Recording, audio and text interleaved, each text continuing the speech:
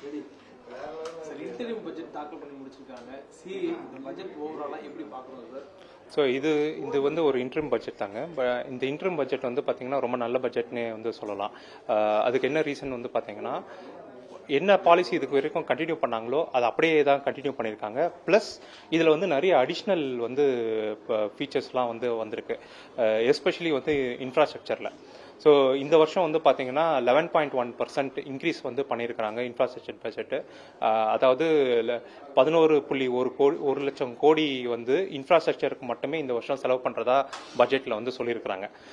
எப்போதுமே வந்து ஒரு இன்ஃப்ராஸ்ட்ரக்சர் பட்ஜெட் இன்க்ரீஸ் ஆகும் போது, இன்ஃப்ராஸ்ட்ரக்சர் ப்ராஜெக்ட்ஸ் வரும்போது உங்களுக்கு வந்து நேரடி ப்ளஸ் மறைமுக பெனிஃபிட்ஸ் வந்து இருக்கும், இன்க்ளூடிங் வந்து வேலைவாய்ப்பு எல்லாம் வந்து கிரியேட் ஆகும். ஸோ அதுதான் ஒரு மேஜர் பாசிட்டிவ். அது இல்லாமல் வந்து பார்த்தீங்கன்னா டெக்னாலஜி அப்கிரேடேஷன் R&Dக்காக வந்து ஒரு 1 lakh crore கார்பஸ் கிரியேட் பண்ணியிருக்காங்க. ஸோ இது வந்து அகெயின் நம்ம நாட்டுக்கு வந்து ரொம்ப நல்ல ஒரு விஷயம். ஏன்னா ஃபியூச்சரில் வந்து வரக்கூடிய ஒரு டெக்னாலஜி நம்ம நாட்டுக்குள்ளேயே வந்து டெவலப் ஆயிருக்கும். ஸோ அதுக்கான ஒரு முயற்சி அது. அண்ட் தென் வந்து பார்த்தீங்கன்னா இவி வெஹிக்கிள்ஸ், அதுக்கான infrastructure, charging points and manufacturer support அப்படின்னு வந்து சொல்லியிருக்காங்க. ஸோ அதனால வந்து நம்மளுக்கு வந்து பெட்ரோல் டீசலோட கன்சம்ஷன்ஸ் வந்து கம்மியாகும், இவி வெஹிக்கிள்ஸோட யூசேஜ் வந்து இன்க்ரீஸ் ஆகும். இது இல்லாமல் வந்து டூரிசம் பற்றி சொல்லியிருக்கிறாங்க.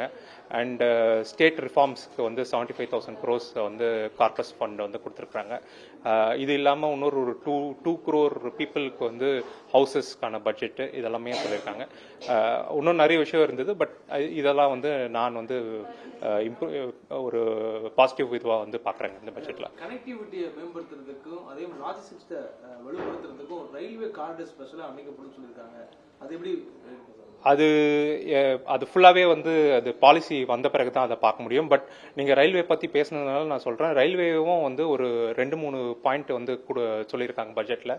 ஒன்று வந்து 40,000 போகி, தட் இஸ் 40,000 கோச்சஸ், நார்மல் கோச்சஸை வந்து வந்தே பாரத் கோச்சுக்கு லெவலுக்கு வந்து இம்ப்ரூவ் பண்ணுறதுக்கு சொல்லியிருக்காங்க.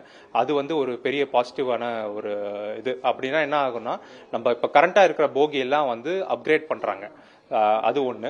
ரெண்டாவது வந்து பார்த்தீங்கன்னா 3 காரிடர் வந்து டார்கெட் பண்ணுறேன்னு சொல்லியிருக்காங்க. ஒன்று வந்து dedicated freight corridor for port, sea போர்ட்டுக்கெலாம் வந்து டெடிகேட்டடாக ஒரு ஃப்ரைட் காரிடர் சொல்லியிருக்காங்க.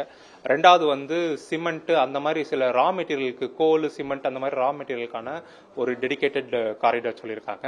மூணாவது வந்து பார்த்தீங்கன்னா ஹை ஃப்ரீக்வன்சி காரிடரும் வந்து அதுக்கு அடிஷ்னலாக வந்து ப்ராஜெக்ட் வந்து ஒன்று சொல்லியிருக்காங்க.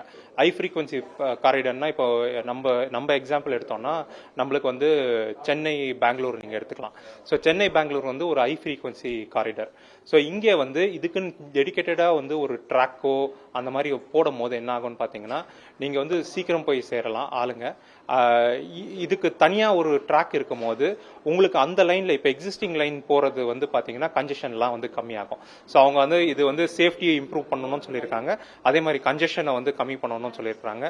ஸோ நம்பர் ஆஃப் பீப்புள் ஆளுங்க போகிறதும் வந்து இதில் இம்ப்ரூவ் ஆகும். ஸோ அது வந்து ரயில்வேயில் வந்து இப்போ சொல்லியிருக்காங்க, ரயில்வே சம்மந்தமான பட்ஜெட்டில்.